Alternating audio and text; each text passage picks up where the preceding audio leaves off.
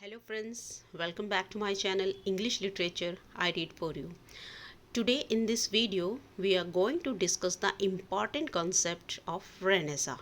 Renaissance का ये जो important topic है ये बहुत छोटा है मगर अपने आप में ये इतना important है कि इसको समझे बिना आप एक लिटरेरी जो पीरियड है उसको नहीं समझ सकते। तो सबसे पहले इस वर्ड को समझते हैं। रेनेसां मीन्स क्या होता है? रेनेसां मीन्स हिंदी की बात करें तो रेनेसां मीन्स होता है पुनर्जागरण।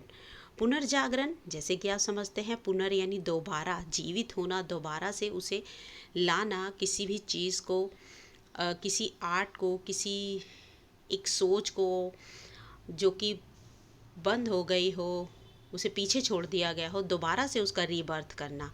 तो उसको कहते हैं रेनेसां। रेनेसां जो है वो लिटरली रिवाइवल और रीबर्थ है ऑफ ग्रीक लर्निंग। ग्रीक में जो थे, ग्रीक लर्निंग, आर्ट, लिटरेचर में इसको यूज़ किया जाता था कि फिर से जो है उनके जो आर्ट है, कल्चर है, उनकी जो राइटिंग स्टाइल है, उनकी जो आइडियोलॉजी है, उसको दोबारा से रीबर्थ किया गया, दोबारा से उसको लाया गया लोगों के बीच में, ताकि लोग जो है उस चीज़ को समझें, उसको लेकर आगे बढ़ें। इट बिगन इन, अगर इसकी शुरुआत की बात करें तो ये MCQs जो है, क्वेश्चन है, बहुत बार जो है एग्ज़ाम में पूछा जाता है दोस्तों कि रेनेसां की शुरुआत कहाँ से हुई। तो रेनेसां जो है इसकी शुरुआत जो हुई वो सबसे पहले इटली में हुई। और कब हुई? 14th सेंचुरी में। ये बहुत इम्पॉर्टेंट फैक्ट है दोस्तों कि रेनेसां की शुरुआत कहाँ हुई। It began in Italy in 14th century. उसके बाद ये इंग्लैंड में आया। तो पहले कहाँ आया? इटली में, उसके बाद आया इंग्लैंड में। And came through the Italy, यानी इटली के थ्रू जो है धीरे धीरे जो वहाँ के स्कॉलर्स हैं और जो इंग्लैंड के स्कॉलर्स थे वो इटली गए हुए, और धीरे धीरे जो वहाँ से वहाँ का कल्चर, वहाँ का आर्ट, वहाँ की जो लिटरेरी वर्क्स थे उनको उन्होंने चेंज किया अपनी लैंग्वेज में।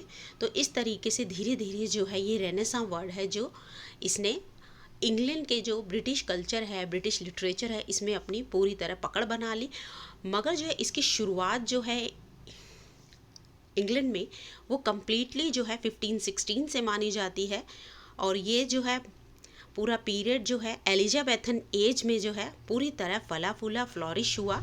इसने अपनी पकड़ पूरी तरह एलिजाबेथन पीरियड में बनाई। Flourished during the Elizabethan age in the works of Shakespeare, Spenser, Milton and Ben Jonson. तो ये सभी जो हैं Shakespeare, Spenser, Ben Jonson contemporary हैं, मिल्टन उनके बाद आते हैं। मगर इनके सभी के वर्क में जो है हम रेनेसां देखते हैं, एक नव जागरण, एक जागृति देखते हैं, लोगों को जगाने की, लोगों को दोबारा से पुनर्जीवित करने की, उनके लिटरेरी जो समझ है, वो सोच है। तो इससे रिलेटेड जो उनके वर्क बहुत ज़्यादा प्रभावित हैं रेनेसां से। तो इससे रिलेटेड और ज़्यादा आपको कहीं भी समझने की कुछ ज़रूरत नहीं है, ये इनफ है फ्रेंड्स।